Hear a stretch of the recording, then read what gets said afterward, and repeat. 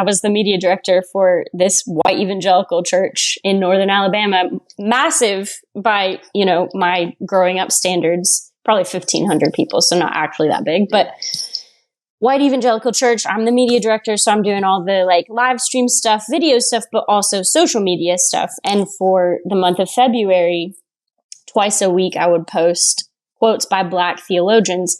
Also, I was really careful that they aligned with our philosophical and theological narrative. Right. So I had to be really careful about that. But and I posted, this is embarrassing, some artists as well. So I think I had something by Shylin or Lecrae or something like that. And stuff, of course it aligns. But yeah, so I post that stuff and I got called into the office that I was pushing the issue too much. And, we had some elders that were upset and, I was going to create this whole big and focus on unity, church unity, and this whole thing about not rustling feathers and not being so we need to be intentional and cautious about how we slip this stuff in. And I was like, my best friend is an African-American woman. And at the time I had just gotten out of a relationship with a Hispanic brown man who's fantastic. But I was like, these are really important people to me. How are we it was just, I think that was one of the big catalysts for me leaving that situation. Emily, I said it before, I'll say it again. You are a unicorn. Because first of all, just the fact that you even thought to do that, and it just, of course, occurred to you to go, well, why not? Of course. You should care about these things, right?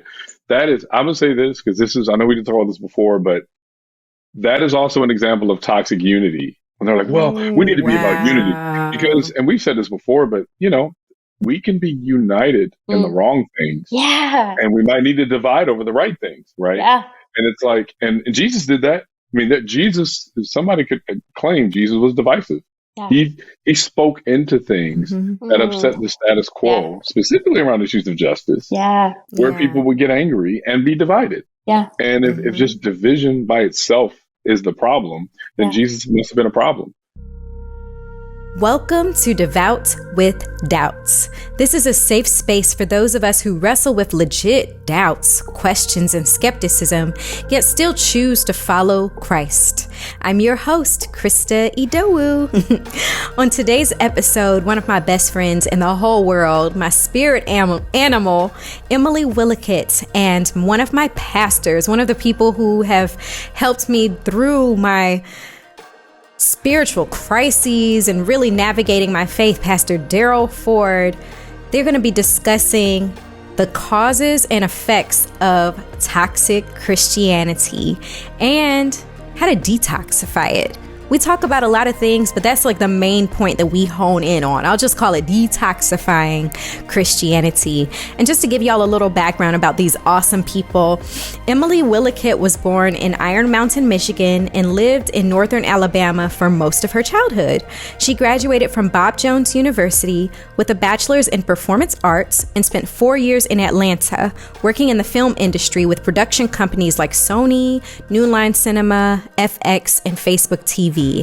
Emily was born into the Independent Fundamental Baptist Church, but has recently renounced it and the larger institution of Christianity, largely because of the many abuses found in evangelical churches, some of which she witnessed firsthand. Emily lives in Madison, Alabama with her golden pyrens, however you say that, and her garden. She works as a freelance screenwriter and music teacher and is passionate about the arts, autism advocacy, and the mental health healing for all. And Pastor Darryl Ford.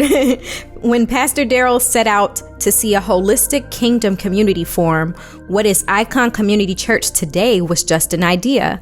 Born and raised in Detroit, he now serves as the lead pastor of this community that strives to image God around the rich diversity and history that is Atlanta. Darryl formerly served in the U.S. Air Force, me trying to sound proper, look, as a meteorologist and holds a BS in information systems as well as an MS in management, strategy, and leadership. He and his wife, Patricia, live in Tucker with their 3 awesome, beautiful children, Paige, Audrey, and Sebastian. And now, since you all know a little bit about my wonderful guest, who I can't wait for y'all to meet, and I know you all are going to love, let's dive right in. I'll see you after the jump.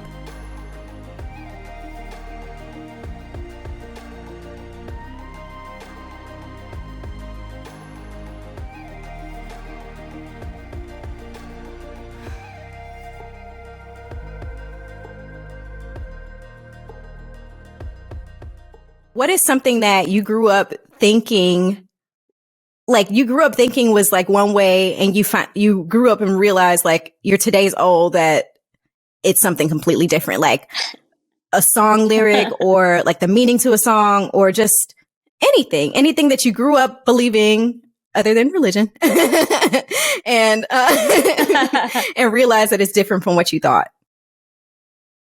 Emily, I'll let you handle this one first. Oh gosh, I don't even know that I'm relevant in this way. First of all, so I grew up in the IFB, and I wasn't allowed to listen to popular music. So from the opposite perspective, I think growing up realizing that like there are certain things that aren't implicitly bad, like the Land Before Time series isn't bad because it teaches evolution. Like it's actually a really sweet little series. Wow. Or like Disney movies, Hercules, and like stuff like that. So I think growing up for me has been maybe a little bit more of the opposite in terms of transitional thinking in that way. You got my brain going with that. What about you, Darryl? Yeah, that is really good. So mine moves from the sublime to the ridiculous, not particularly deep at all. But two things. One, I grew up thinking that quicksand was a much more realistic possibility than it actually is. I was terrified. I was terrified of just meandering aimlessly and finding myself stuck in the midst of quicksand by myself and panicking. And I remember saying, if you panic, you fall, you go further in. You go deeper. So that was wrong. You go deeper. And I was always so afraid. And I would literally walk around. I would walk around and think, okay, if I get in quicksand today, here's what I'm doing. If I need to get a string to like a string or rope or something, how do I carry a rope? Yeah. I would think about all that. That was one. I think you were so ready. I was ready. At least I thought I was ready. The second Did thing, you watch? Was it? There was quicksand in one of the Jungle Book movies, or like George of the Jungle, or Indiana Jones. I don't know, Indiana Jones. Yeah. Those kinds of things. Oof. Freaked me out every time. Every time. Because you see it on these shows so much, you think the frequency is just far higher, far greater than what it really is. I was afraid, which is, there's probably a sermon or lesson in that. But then also, this is even crazier. So there was a really popular show that was really off the air by the time I was born. But if you grew up in households like I did, you saw the reruns all the time. It was a show called Good Times. And there's one line in the theme song that people always wonder what's actually being said. Like, you always hear like temporary layoffs, good times, easy credit ripoffs, good times, scratching and surviving, good times. And this next line, people don't know what it is. It's either hanging in a chow line or hanging in and jiving. And nobody really knew what. So you would hear people just quote either one. So the nerd in me did look up the Bergmans who wrote the theme song, and they did confirm that it is hanging in and jiving. So if anybody ever wants to know what they should be saying when they're reciting the song, I got it for you. I got it. That's hilarious. Thank you for confirming that. Anytime. Thank you. This is awesome. I mean, I have like so many examples, even like what Emily was saying about like shows I couldn't watch growing up. Oh yeah. Like all of that. Okay, name off a show, Pastor Darryl, that you couldn't watch growing up. Oh, my parents didn't let us watch The Simpsons. My dad wouldn't let me watch it. Okay, yeah, we couldn't watch The Simpsons either. But my brothers all same. snuck. I just started watching them. Yep. My brothers snuck and watched them, which is why they know all the references. And I know none of them because I was a typical oldest rule follower, at least on that one. And so, The Simpsons was one we couldn't watch. Yeah. We couldn't watch the Smurfs because they were demonic. Oh yeah. Yeah. And because I think someone's name was Beelzebub or something. Yeah. Oh. Yeah. And we couldn't watch the Gnomes. It was like a show, this really obscure show that was on Nickelodeon. Yeah, we couldn't watch. I don't remember why. I think because they look like Smurfs or something. I don't know. We couldn't watch that one either. They look demonic. The appearance of evil. Yes. My parents had this thing. I don't know where they got this information, but every so often we would have this big discussion from even like really young age. I remember like certain toys were like, you know, like I think the Trolls for a little while. I remember my mom telling us we couldn't play with Trolls. Why she did this? Like my mom told us these horror stories about children who had trolls in their toy boxes, had nightmares at night, and had all these terrible things happen. Like, yeah, I don't know. I guess they were demonic too. Must have been. Wow. That's a great catch-all. Yeah, we didn't play with them either. Yeah, right. Exactly. When in doubt, it's demonic. It's demonic. Yes. When in doubt, cast it out. When in doubt, cast it out. That's good. I love that. There you go. I love it. I gotta write that one down. When in doubt, cast it out. Use some oil. Use that oil. That oil. Extra virgin olive oil. That's right. All. That's right. Yeah. Oh. So this is a good segue into where are you all spiritually, like right now at this point, and how did you get there? I'll ask you first, Emily. Where are you right now spiritually, and how did you get there? Thank you for asking that. I feel like I'm coming out of my blanket anger stage.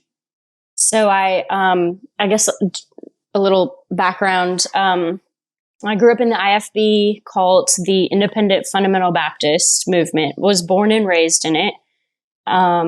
Very, very strict culture, you know, male leadership only, purity culture, tons of abuse. If you look up the IFB in any sense, you'll get tons of stories of all kinds of abuse from spiritual, mental, physical, sexual, like all the stuff.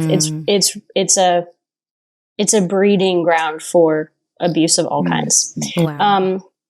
Yeah. And so I, of course, as a girl, young girl, teenager, woman in this system, experienced a lot of that myself. And I didn't, you know, you grow up in it, you don't really know any different. So I learned to sort of like censor myself and stuff things down and just try to be like a good Christian girl, you know. And I worked in a nursery from age 10 or 11 and played offertories. And even I remember as a teenager, my sister and I were responsible for doing all the congregational piano playing at the church we were going to at the time. But like, it just so much, you know, and we were in a different church every couple of years, church hopping around because such bad things were happening in terms of abuse. And then also just like things that I guess my parents thought were theologically not quite aligned to the T of what they thought was biblical. And so growing up in that, you know, like I said, I didn't really realize there was anything else, that there was anything different. We were taught a lot of sort of fear-based avoidance techniques of things that were worldly, quote unquote, or things that were, it was very black and white too. Like, this is good. What we do is good. Everybody else is bad. Everybody else is wrong. Everybody else is whatever. And then I graduated high school. I went to, I started off at Northland Baptist Bible College, which turned into Northland International University while I was there.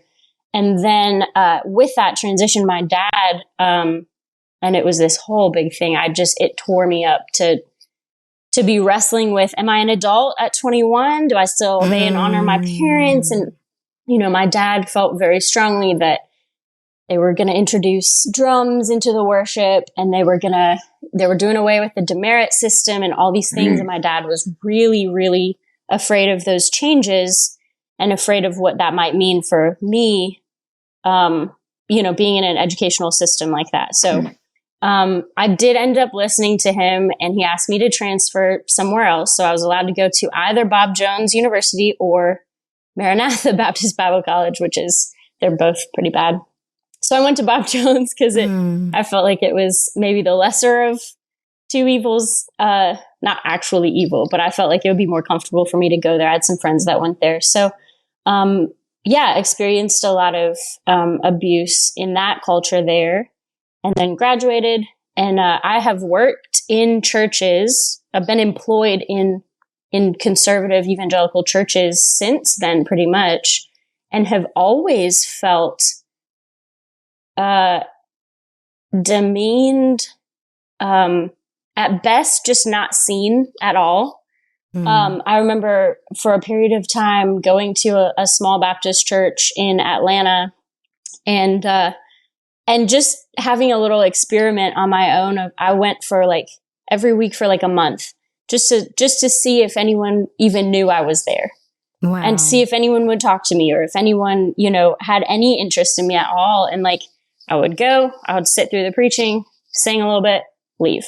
And it wasn't meaningful to me at all. And I remember thinking, like, I don't fit the mold that they're looking for here. I'm not part of a family unit. I'm not, ultra godly in terms of like spouting verses all the time, or like saying the things. And so I just didn't fit in that. And I was healing, or trying to heal from abuse, and it just wasn't a good fit. Yeah. This past August 2021, I had been working as the media director for a multi-campus church here in Northern Alabama. And I had felt so used and abused and manipulated in that system. Through COVID, several of the pastors just didn't really have much to do. So, but they were still getting their full salaries, health benefits, all these things. I was full-time, overtime, working my ass off, trying to, create content for our congregations, while we were all quarantining and staying home, and trying to, edit a full entire service, film, edit, and upload, worship music and multi-camera sermon, like all of this stuff by myself, essentially. Yeah.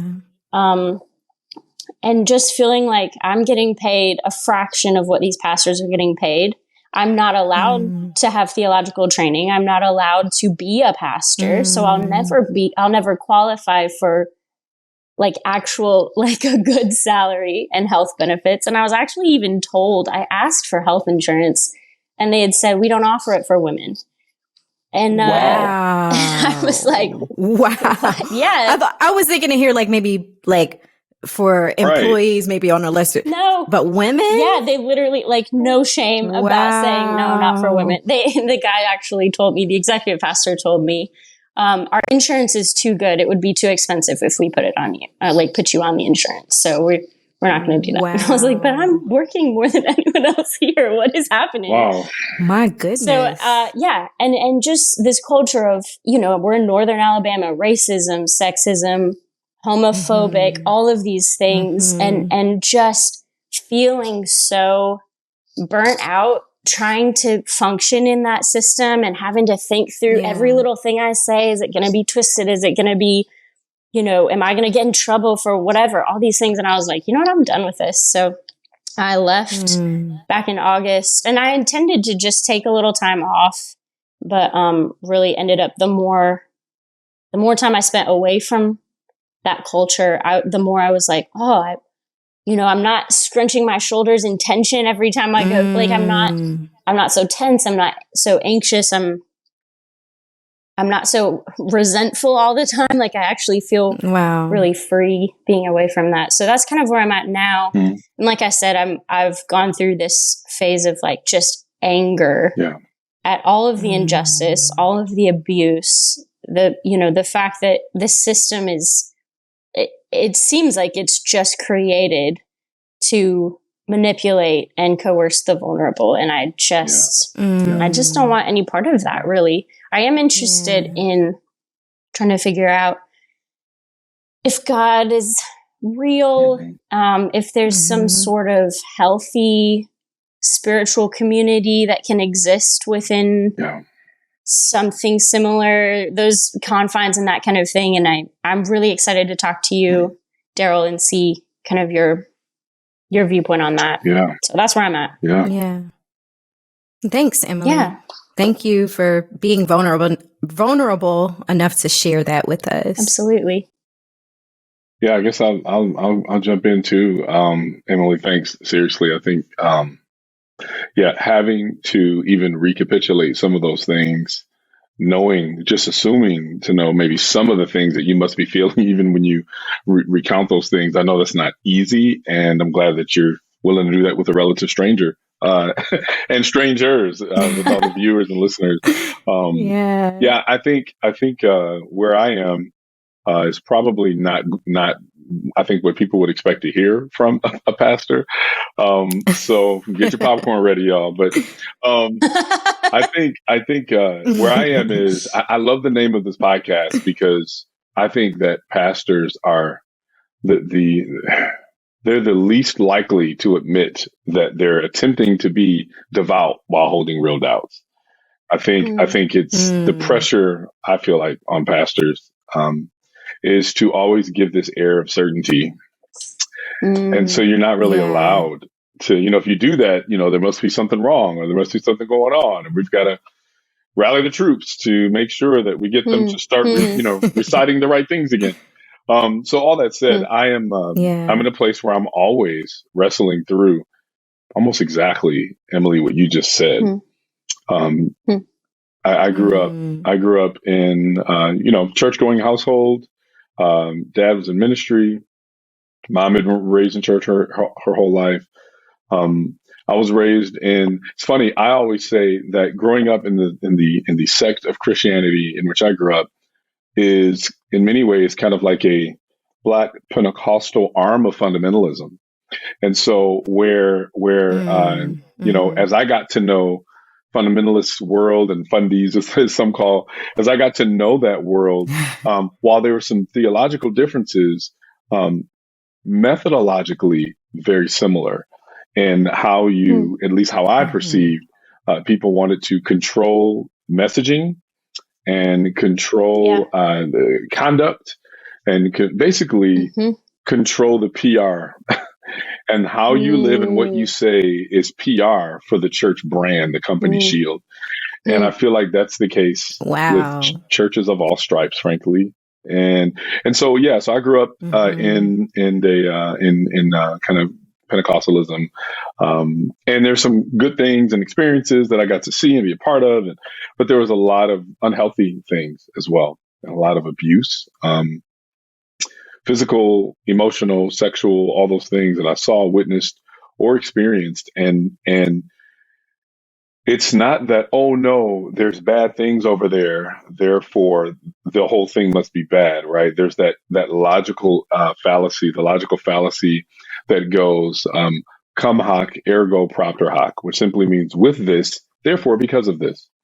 And that's not always the case, right? It might be, but we've got to do some digging to figure that out. But what I saw, so it wasn't just the fact that there were some bad things that happened while being a part of this church community. It might be sometimes, but in this case, it was more than that. It was when these things are brought to the foreground, what happens? What recourse is there? What attempts at making things right were made? And then if they were not made, why? And this is where my questioning of some theology still happens, is if there is theology that helps undergird people's reasons for not making things right, is that a theology that can be trusted? Oh, that's to this day, I'm still so going from that kind of church world that I was in, and lots of different things and experiences, and going away to college, and went away to college, and I said, with all the pain and the things that I saw, I had a mom who had suffered through domestic abuse for 12 years, and suffered all kinds of damage, myself suffering abuse, and not seeing anything really happen to resolve or even reconcile or even just hold accountable, right? I was just like, I don't know that I want to be a part of this church thing at all. But if I am, it's not going to be anything like the churches I grew up in. So I started experimenting and studying a bunch of different religions and studying a bunch of different things and visiting different churches. And sadly, if I saw a church that just looked so different from what I had grown up in, then I'm like, great, I'll give this a shot. Because they don't seem to be saying at least these things. And this is one of those things, as a side note, that I've kind of I'm learning, is that it's hard to make a life plan. It's hard to lead based on what something isn't, if that makes sense. So it's like, oh, that isn't that. So let me go in that direction. But I didn't have the decision-making matrix, the litmus test to know what things should look like. I just knew some things of what I didn't want it to look like. And so I I started visiting other churches after college, went in the military. And as God, fate, whatever word people want to use here would have it, I ended up in a similar circle as Emily has come out of, where I found myself in independent fundamental Baptist circles, which is very rare for a Black man to find himself in. Like, you just wouldn't. And I didn't even piece that together because the churches I went to were always right outside of military bases. And so I just knew that it was going to be, you never know who's going to come, transient communities. I was used to being the only Black guy in most places anyway. So went to these churches and found out over a couple of years some other things that were believed and held to that really started making me question some other things. And so all that said, where throughout that time, I'm kind of shaping at least whatever theology I was holding at the time, and either reshaping or excising things that probably need to be removed. And then ultimately just got to this place where it's like, okay, doing a ton of reading, a ton of studying, a ton of research and training and all these things, but then also saying, I want, if I'm going to be a part of a church or even lead in some form or fashion, I really want to create a place where it will be safe and brave spaces for people who either have been wounded, have been hurt, have gone through real suffering without any real repentance or any real making things right. And just to give people a picture of, at least as far as I can tell, that is still not a reflection of God's heart as well as I can ascertain myself right now.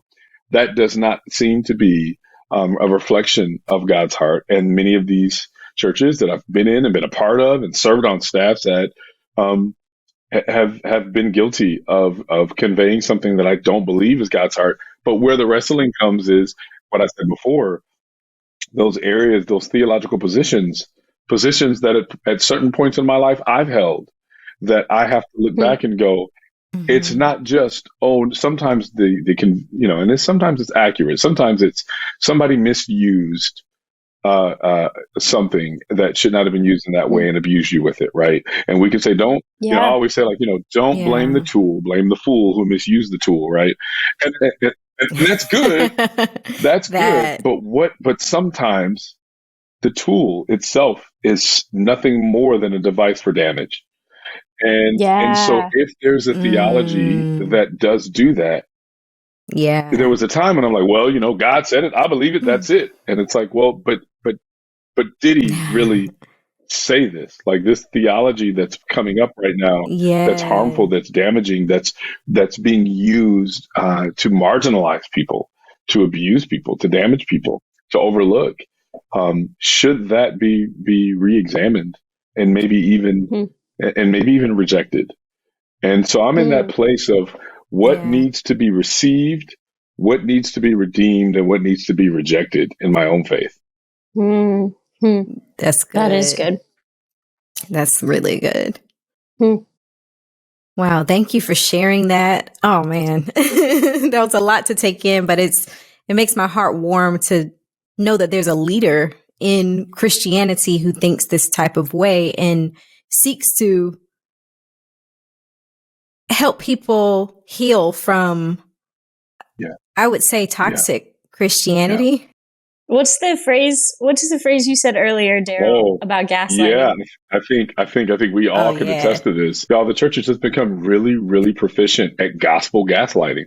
Like, use the gospel, however I define the gospel, to convince you that the problem that you think is really isn't, or the genesis of that problem is in you and not in the church. I need you to say It's that true. again. It's true, y'all. It's like, yeah, especially with mental health, especially with mental health. I mean, mental health is a great example of that. I mean, it seems like people in the church are just now starting to even dip their toes in the pools of mental health and the impacts therein. But again, when it comes to mental health, that was a big one. It's always like, well, there's something in you. There's, maybe there's some level of the gospel that you're not believing enough of. And let's give you some scriptures to memorize and meditate on to battle that spiritual warfare. All of that. Yeah. After I experienced the sexual abuse of Bob Jones, I was told to go read Romans 8. Over and over. Just go read Romans 8. Wow. It's super not helpful. No, and it's frankly, this is where maybe this gets extreme, but I think it's even gracious to even just say it's super not helpful. I think to use not as a slight to you, Emily, at all, because but I mean, but I would say that it's to use the language that professed Christians use. It is sinful. It is actually an affront to the very nature of God as they define it, to do that because there's where my heart has probably been broken the most is when I had to actually look at like what, at least to the degree that the scriptures talk about it, what holistic repentance should look like. And there's this passage in 2 Corinthians 7 where Paul, with all of the things that we have to carry with Paul, where Paul deals. I see you, Emily. I see that. I'm with you. Trust me. It's a tricky one. It is. That old. Oh yeah. Right? But there's an interesting point where after whatever letter that the Corinthians wrote to him that we don't have, they clearly wrote at least two, and his responses to them, his second response to them. In his first letter to them in 1 Corinthians, he had already kind of lit them up for a lot of ways in which, frankly, they were not loving each other well. I mean, he starts lighting them up for the ways that they were abusing spiritual gifts at others' expense, the way that they were abusing communion and leaving out, when you dig deep, the poor who couldn't get there early enough to eat. They were eating the food before they got there, all that stuff. People who are, having illicit relationships with step parents and all these things. And he's lighting them up. And whatever he wrote to them, or whatever they wrote back to him, we don't know, but we know that they were heartbroken over what he said to them. So much so that they were crying. And so he writes to them, he says, listen, I didn't write it to you to make you cry, but I'm not sad that it made you cry. Not just because you cried, but because it caused you to mourn in such a way that was a godly mourning and not earthly mourning. And then he defines godly mourning, and he talks about what exhaustion you had to clear yourself, what hatred you had for the things that you did that harmed others. At every step of the way, you wanted to clear yourself, right? So what that tells me is like, and listen, churches will tell individuals to do this. If a person is in an adulterous relationship, the church would say, hey, it's not enough to say you're sorry. You need to show fruit of repentance. And you need to show it to a degree that you are willing to exhaust yourself to remove the reason for the fissure in this relationship. And yet, when people suffer, and some of the ways that you described, Emily, the church just says, go read Romans 8. That's not exhaustion to clear oneself, especially if it happens at the hands or under the guise of Christian authority. So to me, it is unrepentant sin when a church or an organization says, hey, that's on you. Handle that yourself, especially if you're still hurting and they come to you and go, we've already talked about this, and it seems like now you've got bitterness. Well, that's not exhausting yourself to deal with the problem. So all of that I find to be, it's victim blaming. That's it. Yes. That's victim blaming at that point. Yeah. I think about as a kid growing up being taught, all these women, first of all, women are less than anyway in that system. Yep. But all these women, I remember my parents being like, Jocelyn Zichterman, who has come forward and talked about the rampant abuse that she endured in the IFB. I remember my parents, she was my kindergarten music teacher. And my parents saying, you know, she's so full of bitterness. We do not want to be like her. And talking about other women, other adolescent girls and women in the church who my parents would say things like, and teachers and other people in that system would say, you know, they've gone off the deep end. They have rejected God. They have done bad things. We don't want to end up like them. Come to find out, now that I'm an adult reaching out to these people, like, hey, what happened? Like, let me hear what happened. It's almost always that they were abused. Wow. In some form or fashion. And instead of addressing the abuse, it was like, yeah, like you're saying, victim blaming and ostracizing and then teaching the little kids, don't be like that. So after my own abuse happened, trying to figure out how to function in that society without being bitter, without being ostracized, but still have some sense of space for that. Like there's no space for healing. You were doing all of the work. Yeah. That's it. I think I just didn't do anything for a while. I tried to just stuff it and still be the good Christian person. Wow. So this is part of the reason why I wanted to bring you on here today and to speak to Pastor Darryl. I know that both of you have similar stories, similar backgrounds. I mean, even having that history in the IFB. I wanted to give you a platform and a chance to ask him questions because he's gone through it and he's, like he said, he's done some research, he's studied, he's still in a place of questioning, as we all should be. But I believe that he does have some answers, you know, and he's humble enough to say, I don't know if he doesn't know. But I wanted to give you that chance to ask him whatever questions you have, and you could just take it away. Yeah. Darryl, do you mind if I jump around a little bit? Jump everywhere. Let's go. Calisthenics today. Let's go. Okay, cool. I loved what you said about, you know, that the phrase, don't blame the tool, blame the fool that misused the tool. And I understand that.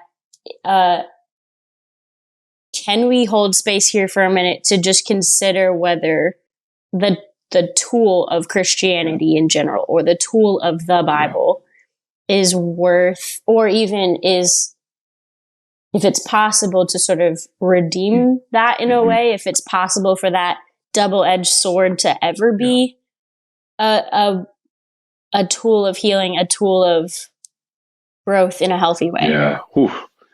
Well, that's the thing I wrestle with every single day. I think it's a great question. And I feel like the pressure I feel like that many pastors feel is to just automatically go, well, absolutely. This is, you know, if you're by the fact that you're asking that question says that there's something wrong on the inside, right? That's immediately what they love to do and do these ad hominem attacks. Yeah. But ultimately, I would say, so where I am is I am hopeful for redeeming these things, but where I think it has to begin, at least on the church's behalf, is to own the damage that's actually been caused first. Yeah. And the reason why I'm saying that is because I just feel like that typically the response is, as you said, it's always kind of rooted in the other or the person or the victim. And it's not rooted in. So I guess where I'm going is, if we start with, even if we just use the arguments that the church uses, or not the arguments, but just the theology that basic, you know, call them evangelical or Bible, you know, the churches who believe in sin and believe in redemption, right?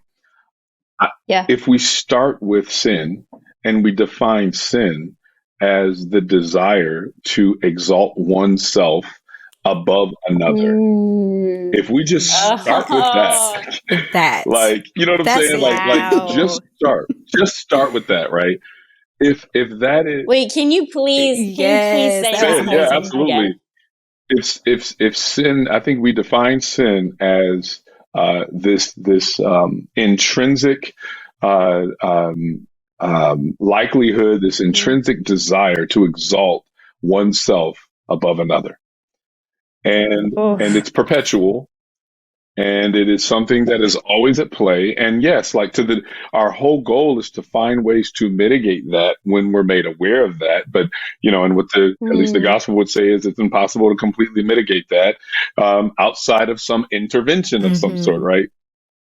But the reason why I feel like locating sin there is because then whenever there's real pain or suffering, the church should start then with, well, if that is like our natural bent, if that is this curvature inward that we all are born with, then that means that if somebody comes to me and says, hey, I've been harmed by X, Y, and Z, then my first response couldn't be, my first response can't be, well, what's wrong with you? My first response has to be, I would never put that past me.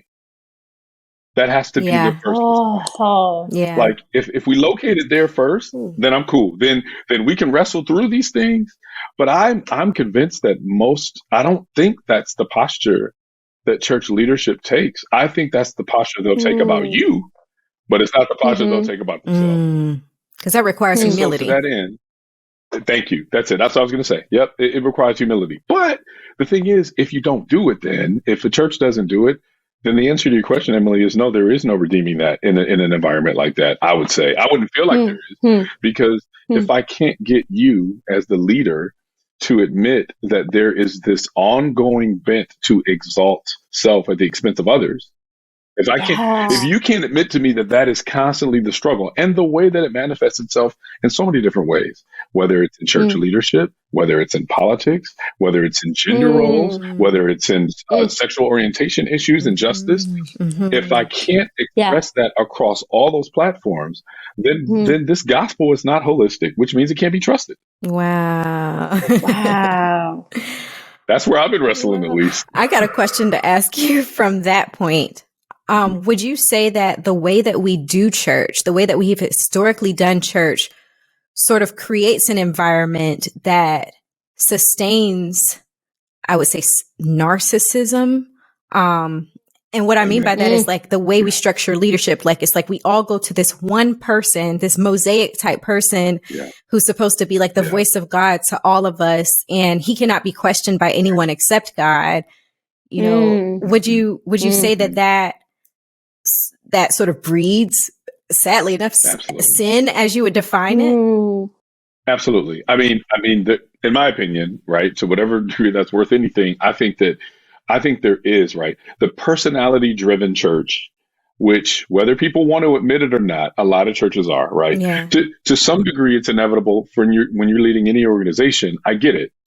Some of who you are, is indelibly etched on the organization and the culture, right? But when it comes to church, it's sad because it's almost like you said, this mosaic role is we can't question because this is the mouthpiece of God here. And so this is the mouthpiece of God. And I think we all have, I've seen that mentality be so damaging, because when real sin happens against other people at the hands of that mosaic figure, to whom do you appeal? Yeah. Right? Yeah. Like what is, now I will say this. So as we talk about like ecclesial forms of church government, like what you're talking about, kind of the lead pastor CEO type model is one. But there are some who would argue that they have a better form of church government to avoid that. And that is what's called, a quick little side note, is when people talk about kind of like the CEO pastor model, which, I grew up in, a lot of folks have, but then you have what they call kind of the Presbyterian form of church model of leadership, not the denomination, but the form of church leadership, which is, as you said, a plurality of elders. That now we could say that, but sometimes the elders in some form or fashion get installed by the personality and they become sycophants of the lead pastor. They become the yes men. They become yes men. Yeah. Which not yes women. We're gonna go there too. We're gonna talk about that, Emily. I know that's got to be in there. Not yes women, but definitely yes men. And the way that some more high church Presbyterian circles deal with that is they say, well, you're right. Yep. It could happen where the lead pastor, who is supposed to be subject to the elders in that local church body, could get out of pocket and has brought these other elders onto his team. And so even appealing to those elders won't help. Yeah. But what they do then, what they in turn will do is, at least in some of these Presbyterian denominations, they have all of the elders from all the churches in the geographic area make up kind of what they call a presbytery. And so then if you have issues with your particular church, you can bring that to the greater presbytery, right? So I'm saying this because I know that there are some people that will listen that will say, well, that's not us, because we've got a way to be able to protect ourselves. The problem is, this is where it's not enough to even just identify toxic leaders. You've got to identify toxic theology, because if you've got a whole group of elders or leaders that are supposed to be create accountability, but they all agree with some toxic forms of theology, then you don't have safety there either. Wow. So I'm saying, yes, Krista, you're right.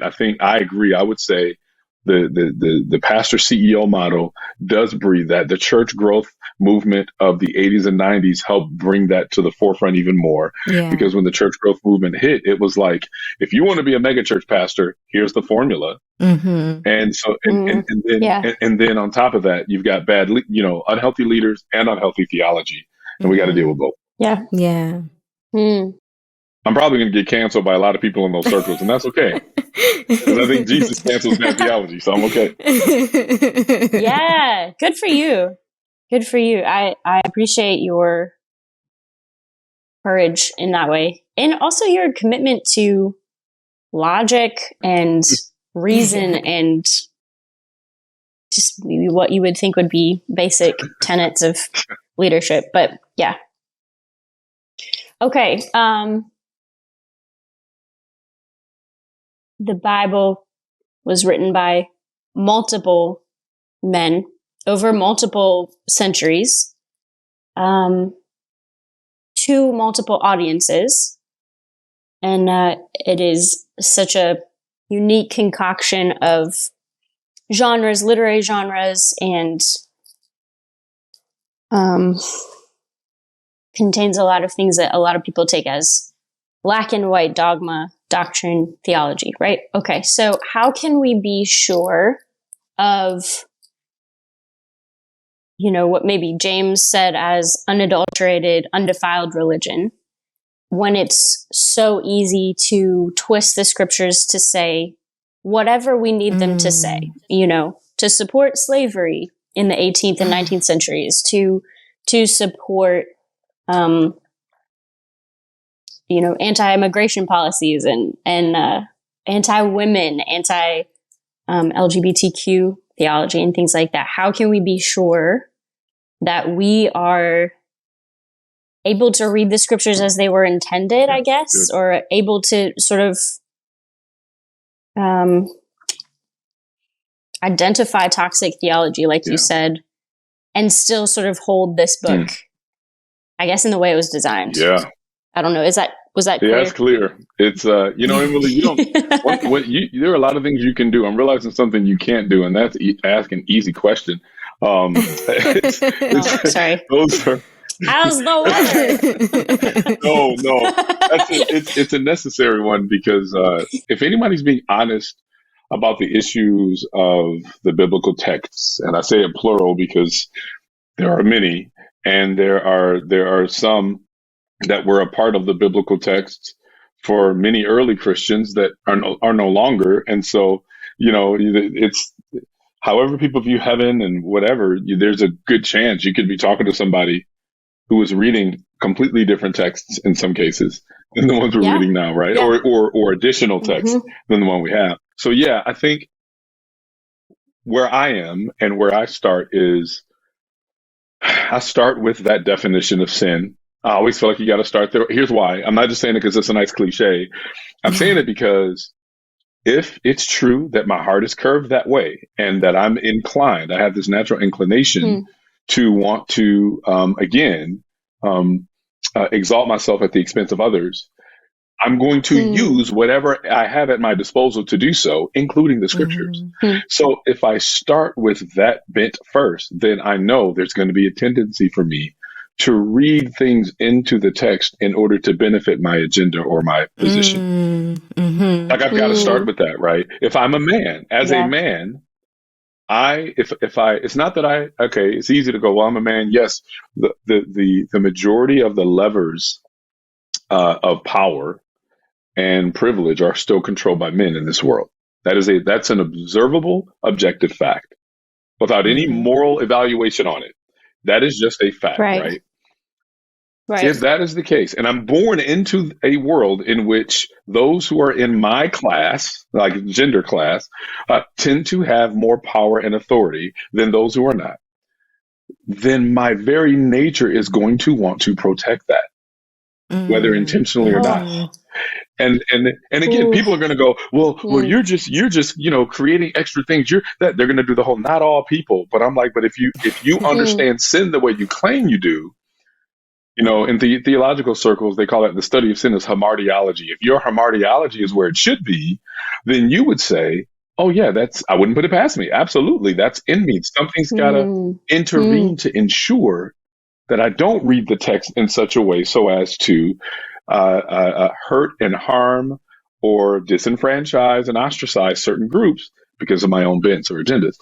So I start with that because I feel like the majority of texts that I have been taught to use and even have used in times to talk about issues or people groups in a way that I see now is completely wrong, sinful, and harmful, is rooted in really a desire, whether acknowledged or not, to defend self, to defend my position, to defend privilege, power, and defend the church, which means I won't do the necessary due diligence to understand contextually what really was happening. I'll give you an example just to drill down, Emily. I'll give you an example.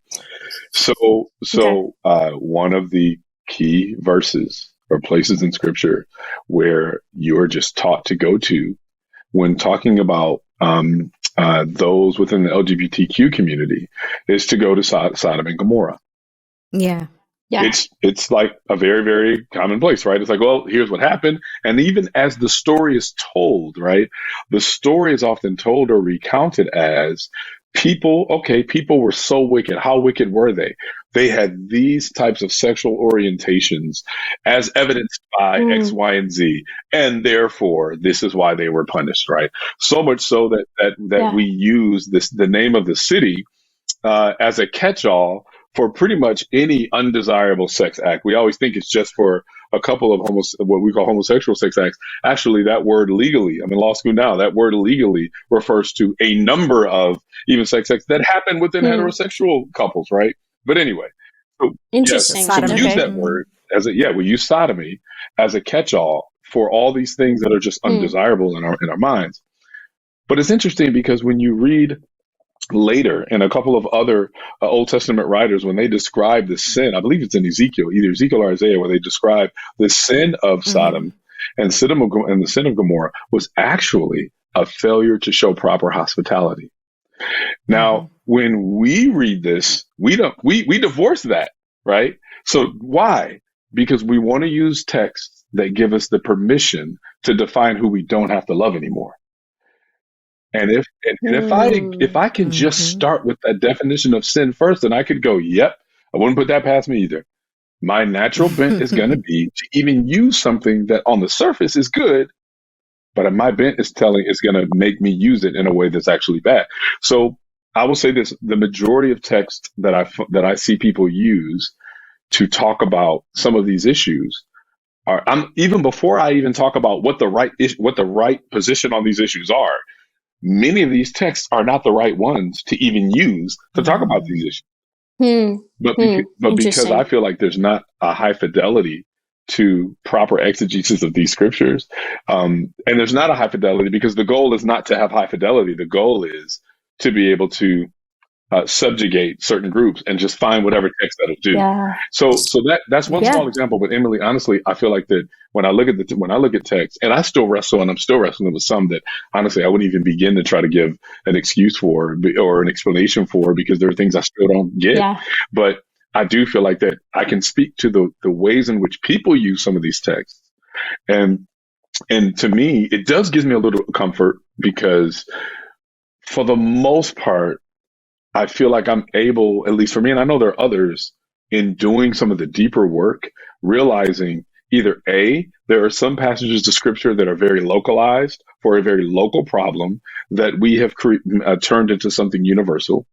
And we even argue that God must be using it universally.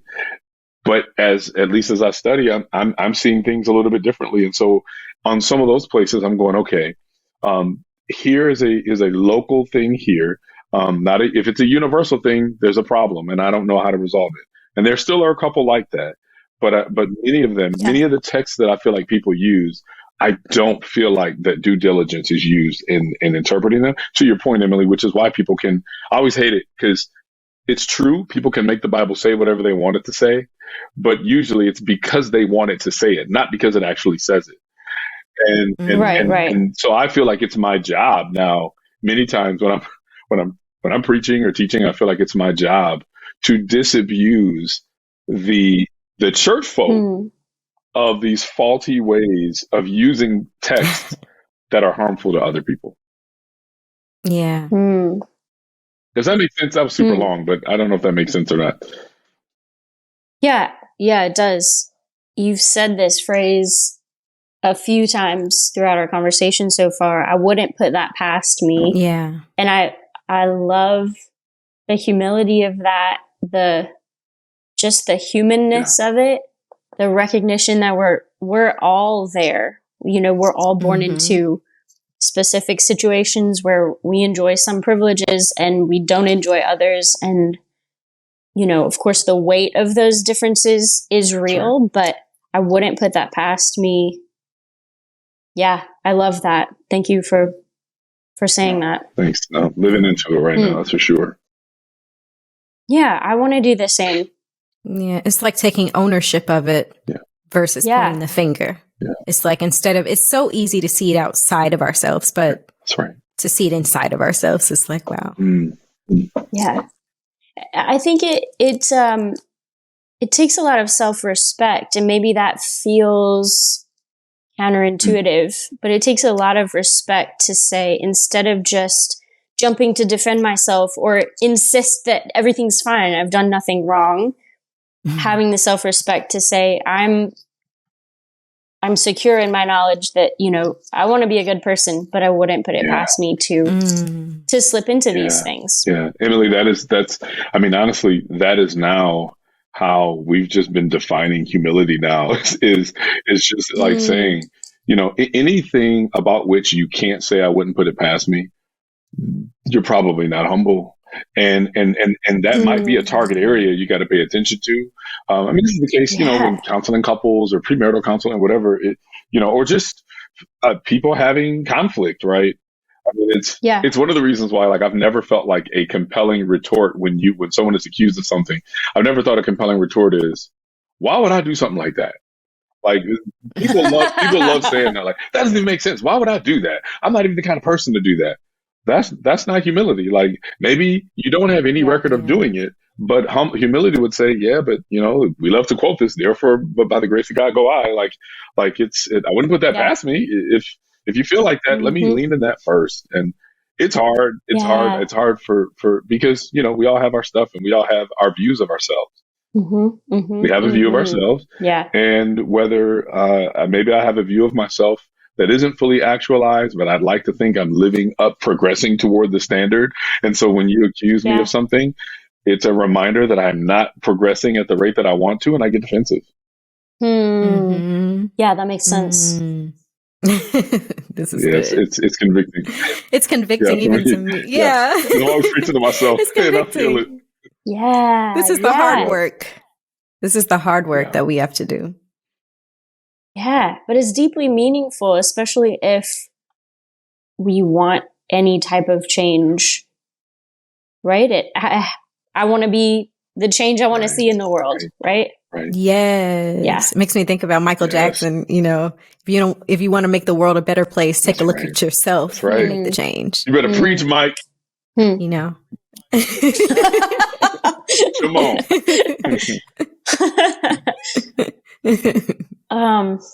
All right. Well, I'm going to try to hybrid two questions into one. Do it. That's fine. That's Just fine. maneuver around the system here. So we, as you were saying, we can observe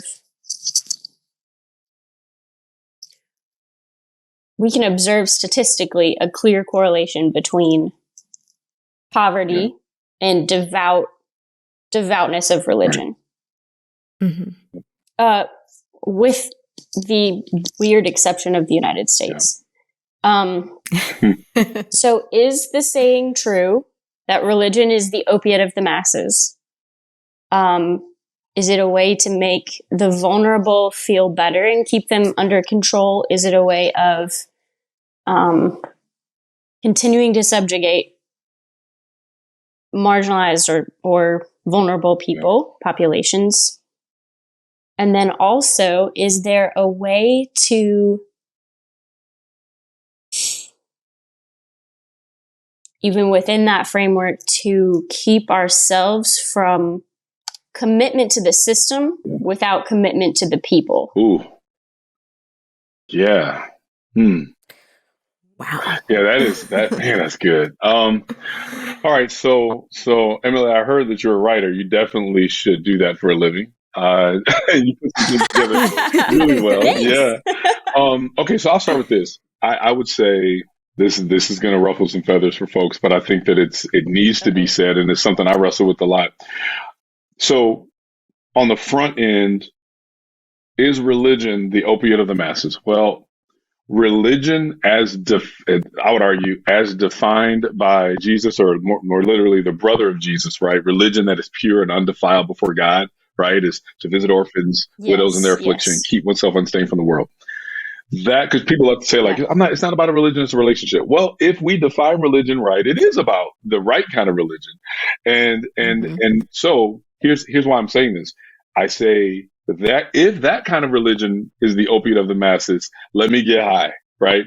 But I don't think that is the religion that really is the opiate of the masses. If we use that phrase, I think in America, Christianity that has been baptized in the blood of unfettered capitalism is the opiate of the masses.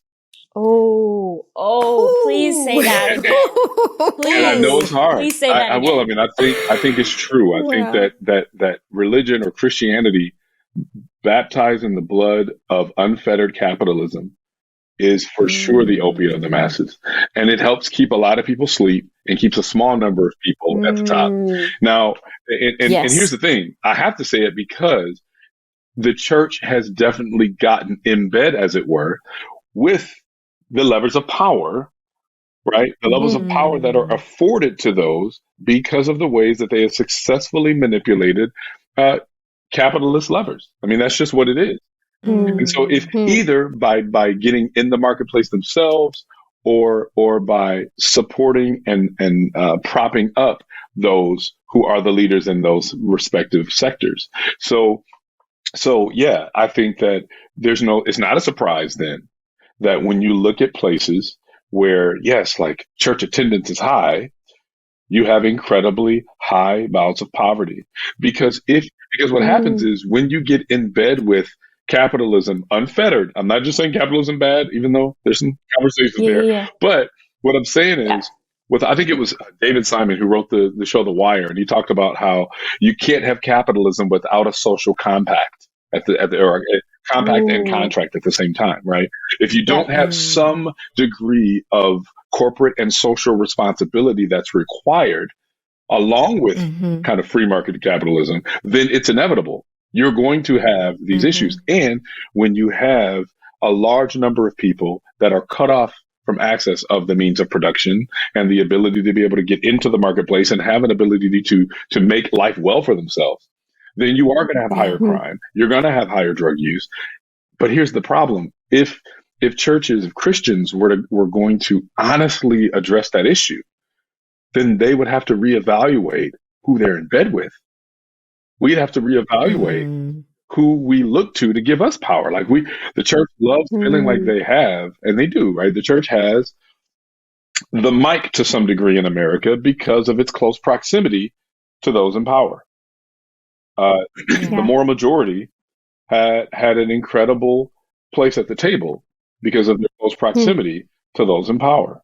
If you were if you were trying to win the South as a Republican in the 40s and the 50s, you would never win because only Democrats in the South. But who was going to marry church folk to the levers of power so much so that folks would be able to flip the switch and start to turn the South red, as it were? Yeah. Well, you needed to. And how do you do it? You do it by what's known as the Southern strategy. You do it by creating fear of the other, the poor and the brown and the black and women, right? Because you don't want to give the levers of government voting to women because that's going to automatically take away some power that men have. You don't want to give the levers of government to black folks and brown folks and indigenous folks because that would take away some of the levers of power, right? So when you marry that to church folk and you have this massive voting block now that can be weaponized. So yes, I would say that Christian nationalism married to white supremacy and patriarchy is the opiate of the masses now. Oh my gosh! Yes, and it's sad, and I say that it's like we all have been or know people who have been on the receiving end of some horrific actions because of that. Right? It dawned on me. I was doing a project with some folks, and it dawned on me that I am the first person born in my immediate family that is born on paper with all of the rights that are promised under the Constitution. Wow. And because I'm the oldest in my family, my dad and my mom. My dad was born in 53. My mom was born in 58. And so my parents, depending on where they traveled, would not have had the same rights under the Constitution. They were born not full citizens in this country. Wow. They were born in a time that we call the greatest generation shortly thereafter, right? Wow. And yet the greatest generation, church-going folk, did not find it incumbent upon them to go, let's make sure that we keep the great requirement of Micah 6:8, do justice, love mercy, and walk humbly with God. Oh. We're not doing that. So if that's the religion, if Micah 6:8 is the religion, like I said, let's get high. Don't ever quote that out of context. That's about to get real crazy. but I don't think that is. So yeah, I think that's, to me, I feel like that is one of the biggest. That's one of the reasons I feel like we see such poverty in the midst of such devoutness, if you will, because now this is why we demonize the poor, right? Like in church circles, it's much more likely to demonize the poor. It's more likely to demonize, right? It's more like it's easier to demonize women who are having to make difficult decisions about their own reproductive rights and with their reproductive rights because of other situations that the church refuses to deal with. And so if I really believe that it was our responsibility as just citizens to love my neighbor well, which is what Jesus said is the greatest commandment, right? Love God and love the neighbor. If I thought that like holistically loving my neighbor was what it means to really kind of keep that pure, undefiled religion, then there's no way that my prayer closet would be so disconnected from my voting booth. But it is because that's the religion that we're bathed in. That's what we're baptized in. So I don't know. What did I leave out in the question? I'm sure I did. No, just the last little bit of how can we keep a commitment to the people versus the system. Yes. So that's okay. So I would say that we come back to that great requirement. I think we need to look at that as not a great suggestion. We need to see it as a mandate, right? And we see that. I think at least in churches, I feel like it's important to point out all the ways that you see Jesus upholding that same great requirement, right? Like, I think we've got to do both. Like, we have to make people know that the gospel is more than just reconciling broken people, but also reconciling broken systems for the sake of those people, right?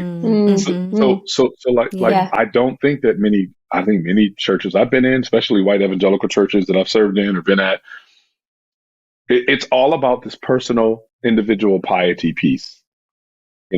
Make sure that you're having your quiet time. Make sure that you're having your Bible study. Make sure you're having your devotion. Make sure that you're avoiding seeing or saying bad things. All those things, right? But when it comes to some of these other really horrific things, look, I would say this, Emily, and I really believe this. I believe that having a view of both person and system are both equally important, because I can just say for me and like folks I come from, the most substantive rights that were ever granted, and I should say even this, I shouldn't even say granted or given. They were born allegedly with those rights, right? But that they stopped withholding, right? That when they stopped withholding the most substantive rights, it happened when legislation was actually passed. And I feel like you can't divorce that, because I think the biggest look, we can have a kumbaya moment for any protected class, right? And then name it. There's LGBT stuff, race, gender, the poor, all those things. We can have kumbaya moments. We can have marches. We can do podcasts. We can do all these things. But none of that, right? That what they call moral suasion. Historically, moral suasion has never led to substantive change, ever. It's led to really impressive rhetoric, but it's never led to substantive change. And the last thing I'll say is throughout the history of the church, right, the invisible church, past and present, the majority of Christians around the world throughout history have never had a say in how their neighbor is governed, ever. And when I say governed, I would say never had a say in how their neighbor is loved. Like, if we were to define justice as equal protection, equal provision, and equal punishment, and not one outside of the other two, that's how I view it. Equal protection, equal provision, equal punishment. If we were to say that, and that is what real justice is, the majority of Christians throughout the history of the world have never had a say in any of those things. They just had to learn how to function within the structures that were. That's why it's dangerous when people go, you never see Jesus ever protest things that happened in Rome. You never see. Well, because that wasn't the system. They didn't vote. It wasn't a democracy for them. The majority of Jews weren't even citizens. They couldn't have any say in that, right? We're in America. We actually have a say in how our neighbor is loved. So for me, I strongly feel like that Christians, churches all over, should be mobilizing to make sure, listen, since we live in America, and yes, we can always make this joke. Thanksgiving, you want to throw a turkey over a wall? Amen. Go do that. That's fine. Back to school, you want to pack some backpacks? Go ahead and do that too. That's wonderful. But when it comes down to how locally your governments and municipalities are loving your neighbor, specifically the least of these as defined, if you don't care about that on these local levels, then I don't know what your religion is, but it isn't the religion of Christ. It isn't. So I think with your question, I think it really is a both and. I think that, at least for me, it's, I have to understand how much people matter, and I have to understand how much systems matter, because those two are inextricably woven. And if my gospel doesn't speak to both of those, it's time to reject it. Thank you for clarifying that. Yeah. Wow. Well, it's been a wrestling, I think for a lot of us, because growing up in some of the church circles that I've been in, look, some of the church circles, even in some of the Black Pentecostal circles I was in, I asked my dad once, I said, hey, what happened when Dr. King came to Detroit, where I'm from, and spoke? Like, were you guys, there? And it's interesting. Most folks who were in more kind of what you call these Pentecostal kind of charismatic circles, They didn't rock with Dr. King like that because he was Baptist. Yeah. And the Baptists were Holy Spirit impaired because they didn't have the Holy Ghost the way that, you know. No, that's true. I speak from experience. That is true. Yeah. So it's like, it's the closeted third member of the Trinity. That's right. The redheaded stepchild that we don't talk about. Like, he brings nice toys once in a while, but we don't talk about him. So with that, like, he's Bruno, and we don't talk about him. That's right. I think that was, for me, I look at that and I'm like, man, like, it's across the board, you know, and I wish we had more time again, because I feel like that same thing applies to women in churches. And I think that same thing applies when we talk about the way that women are viewed and the built-in misogyny that gets birthed out of the ways that people read the scriptures and what they choose to ignore in the scriptures, right? Again, you got to think about the people, but then you got to look at the systems that are in place. Women couldn't even get a line of credit without being married until 1970, when the Fair Credit Act legislation gets passed to change that. Yes. Not enough to just go, be better to women, amen, and leave. So anyway, I'm going crazy now, but I think that's how I reconcile or bring those things together, at least with how I'm wrestling through my faith. Yeah. Wow. You know, I've gone to church 3 or 4 times a week, every day, you know, every week for my whole entire life. Church, quote unquote. This is the most church I've ever had. So thank you so much for this. Well, it's encouraging. Thank you so much. Emily, listen, I'm thankful that you're willing, honestly, like, to enter into a space like this, given the things that you've experienced and that you still wrestle through. This is not a small feat. Like, it's just moving, and it is. You use the word of me, and I don't even think it applies, but the courage and bravery that you have to have as a woman dealing with the things that you have had to deal with, the circles that you come from, right? These circles of influence that you come from. I can't even imagine what this process is like for you with all of the support system. I would imagine not thrilled with this process that you're in right now. And for you to be able to enter into a space like this with someone like myself and be willing to engage some hard things. I know we've said this offline, but I am beyond sorry for the things that you've had to hold and wrestle through. And I hope that in some way these kind of conversations are just helpful for at least trying to cling to some idea of goodness connected to who God is or might be, because my heart just breaks knowing what just a little bit of what you likely have had to go through. Thank you so much for saying that. That's incredibly validating. I absolutely adore both of you. And Darryl, you're both such brilliant minds. And it's anytime either of you want to talk about anything, I'm 100% there. Oh, you're stuck with me. So you're stuck with us. You've been with Krista for a while, so you know you're stuck with her. Yeah. I'll do the party. Krista, Krista is my dear, dear sister and friend. She's good people. Yes, we go way back. Yeah, so thank you all both for Emily, for your questions, for your well thought out questions, and Pastor Darryl for responding in wisdom and in humility and in grace, and for affirming us even as people who are searching for truth. And I mean, my mind is blown whenever I hear you speak, Pastor Darryl. Not to exalt you, but it's for me, I get like a sense of Yeshua. I get that sense of Christ, because you're tender and careful with our hearts as you deal out truth. And I would say a prophet, because lots of people think prophets are people who like tell the future, but in the Bible, you see prophets are people who call out idolatry within systems, within the government and within ministry, and point people towards the will of God and the heart of God. And, I believe that you do that. And so that's why I wanted to have you on here. Thank you all so much.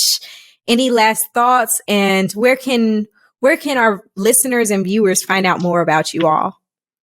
I am a recluse. I just got onto Instagram, so I guess you can find me on Instagram at I think my handle is the word. I think it's at M_Williquit_. Oh, sweet. I think that's where you can find me. Oh boy, here they come. Or Facebook at Emily Williquit. They coming. Oh no. It's a lot of mental health things, so you get ready. It'll be good. It's really good. Yeah. I love your posts. Same. I mean, I'm on the social medias all everywhere. And our church is Icon Community Church, so we have stuff that folks can look up if they want. Listen, Krista, thank you for creating a space for folks. Like, honestly, you need to know, we don't have enough spaces like these for people to feel like they have permission to dig into these hard questionable issues, right? And you give us permission to ask questions. You're giving a pastor like myself permission to just sigh and breathe and go, it's okay to like not have these answers and to try to figure it out. Like we are all honestly trying to figure this out together, and to be able to do it while we hold hands. And you did this for us. So Krista, thank you. Yes. Oh, thank you. Thank you for saying that. Well, thank you, listeners, for listening to this show and watching this episode. I pray that this discussion helps everybody who's listening to deconstruct faith-shaking theology, culture, practices, and experiences to reconstruct your faith on a foundation of truth. You can find us on devoutwithdoubts.com, Facebook, and Instagram, and stream our podcast on Anchor FM, Spotify, Apple Podcasts, and Google Podcasts. Until next time, shalom and love.